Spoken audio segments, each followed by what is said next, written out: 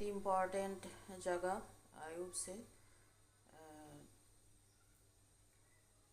मन बुद्धि स्थिर करके मैं पढ़ने जा रही हूँ।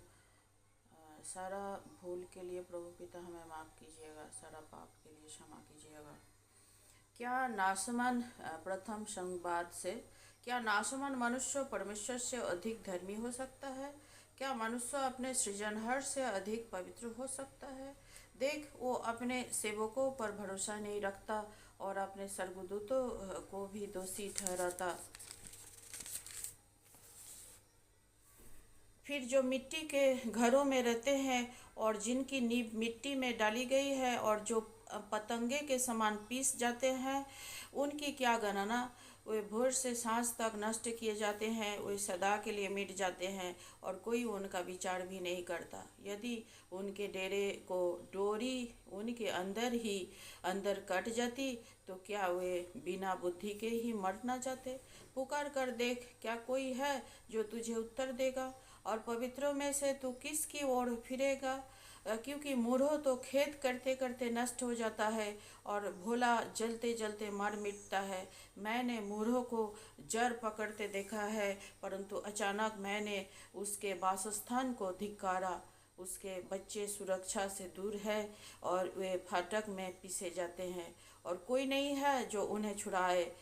उसके खेत की उपज भूखे लोग खा लेते हैं, बनकटीली बार में से भी निकाल लेते हैं और प्यासा उनके धन के लिए फंदा लगाता है। क्योंकि विपत्ति धूल से उत्पन्न नहीं होती और न कष्ट भूमि में से उगता है, परंतु जैसे चिंगारियां ऊपर ही ऊपर को उड़ जाती है, वैसे ही मनुष्य कष्ट भोगने के लिए उत्पन्न हुआ है।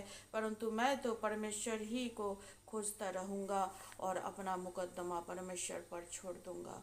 वो तो ऐसे बड़े काम करता है जिनकी था नहीं लगती और इतने आश्चर्य कर्म करता है जो गिने नहीं जाते। वही पृथ्वी के ऊपर वर्षा करता और खेतों पर जल बरसाता है। इसी रीति वो नम्र लोगों को ऊंचे स्थान पर बिठाता है और शोक का पहरावा पहने हुए लोग ऊंचे पर पहुंचकर बचते हैं। वो धूर्त लोगों की कल्पनाएं व्यर्थ कर देता है और उनके हाथों से कुछ भी बन नहीं पड़ता। वो बुद्धिमानों को उनकी धूर्तता ही में फंसाता है और कुटिल लोगों की युक्ति दूर की जाती है।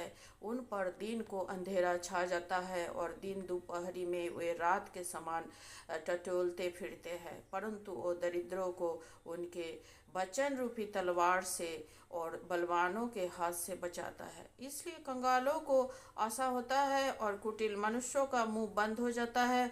देख, क्या ही धन्य है वो मनुष्य जिसको परमेश्वर ताड़ना देता है। इसलिए तू सर्वशक्तिमान की ताड़ना को तुच्छ मत जान, क्योंकि वही घायल करता और वही पट्टी भी बांधता है, वही मारता है और वही अपने हाथों से चंगा भी करता है। वो तुझे 6 विपत्तियों से छुड़ाएगा, वरन 7 से भी तेरी कुछ हानि ना होने पाएगी।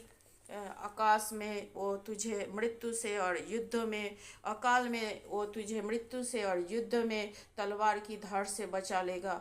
तो वचन रूपी कोड़े से बचा रहेगा और जब विनाश आए तब भी तुझे भय ना होगा।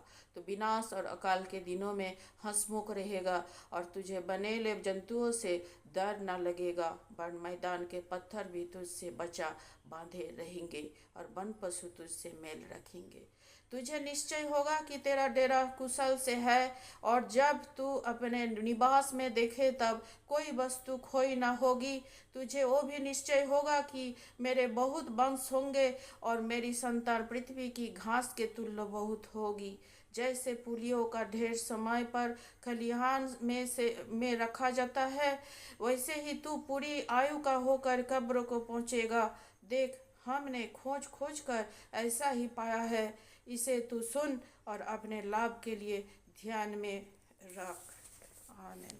इस सब के लिए है, सबका भला हो, मंगल हो, सबको ये लाभ मिले।